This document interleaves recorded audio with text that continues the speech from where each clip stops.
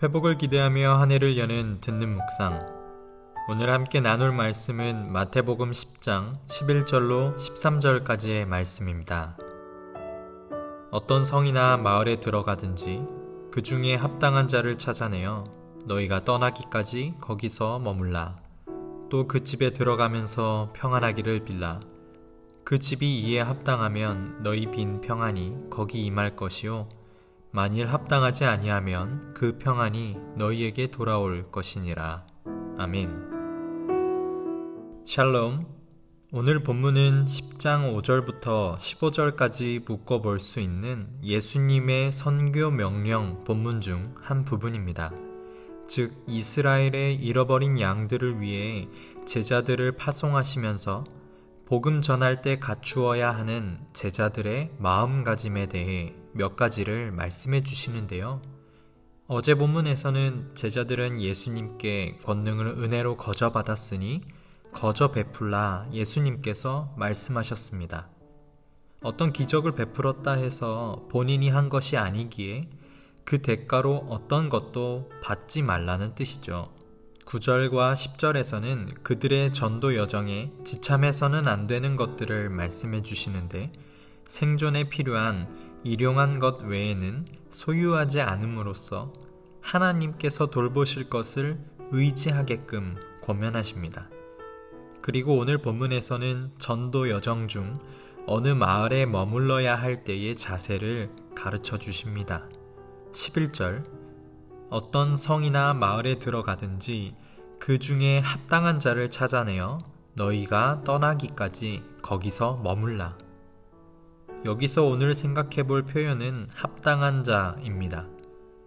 여기서 말하는 합당한 사람은 제자들이 어느 장소에서 전도를 하는 동안 일종의 숙식을 제공해 줄, 즉 환대를 베풀어 줄 사람을 뜻합니다.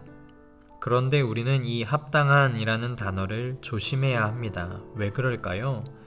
체류할 만한 곳을 찾아야 하는 제자들의 입장에서 이 합당한 자는 이왕이면 내가 조금 더 환대받기 좋은 조건을 따질 수 있는 유혹이 될 수 있기 때문입니다.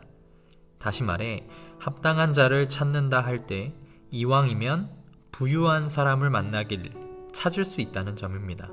주님의 말씀을 따라 처음 시작은 전대의 금이나 은이나 동을 챙기지 않았습니다. 전도 여정을 위하여 배낭이나 두벌옷 등 여유분을 챙기지 않았습니다.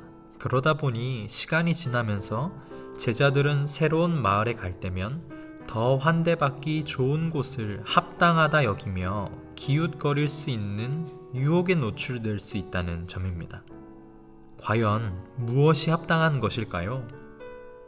합당한 자는 우리가 볼 때 좋은 조건이 아니라 하나님께서 예비해 두신 사람을 뜻합니다. 하나님 뜻에 합당한 자, 주님의 사역을 서포트하기에 가치 있는 자, 즉 합당하다는 기준은 우리가 볼 때가 아니라 하나님의 시선임을 우리는 염두에 두어야 합니다. 따라서 누가복음 10장 7절에서는 다음과 같이 부연 설명을 해주고 있습니다. 이 집에서 저 집으로 옮기지 말라. 더 좋은 숙식의 조건을 찾아 옮겨 다니지 말아야 한다는 말씀입니다. 사랑하는 신광의 성도 여러분, 우리가 보기에 합당한 것에 너무 매달리지 않으시길 부탁드립니다.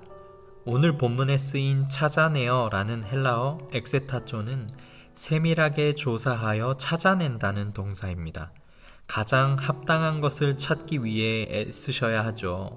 그런데 그 합당하다의 기준은 우리가 보기에 라는 그 유혹을 넘어서실 수 있기를 축복합니다. 하나님의 마음에 합당한 것인지 그분이 일하시기에, 즉 하나님이 보시기에 합당한 것인지 이것이 우리의 세밀한 기준이 되기를 바랍니다. 오늘 하루 여러분의 시선을 지켜주실 하나님의 마음이 가득 역사하시기를 간절히 소망합니다. 함께 생각해 볼 질문을 드립니다. 여러분의 고민하는 기준에는 하나님이 어느 정도 계시는지요?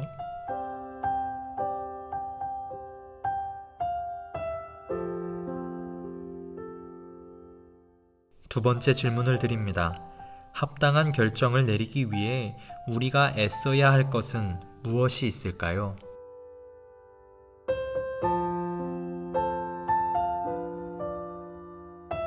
오늘부터 사순절이 시작됩니다. 이 절기를 통하여 우리의 힘은 빼고 하나님의 말씀이 더 깃들 수 있는 여정이 되시길 바랍니다.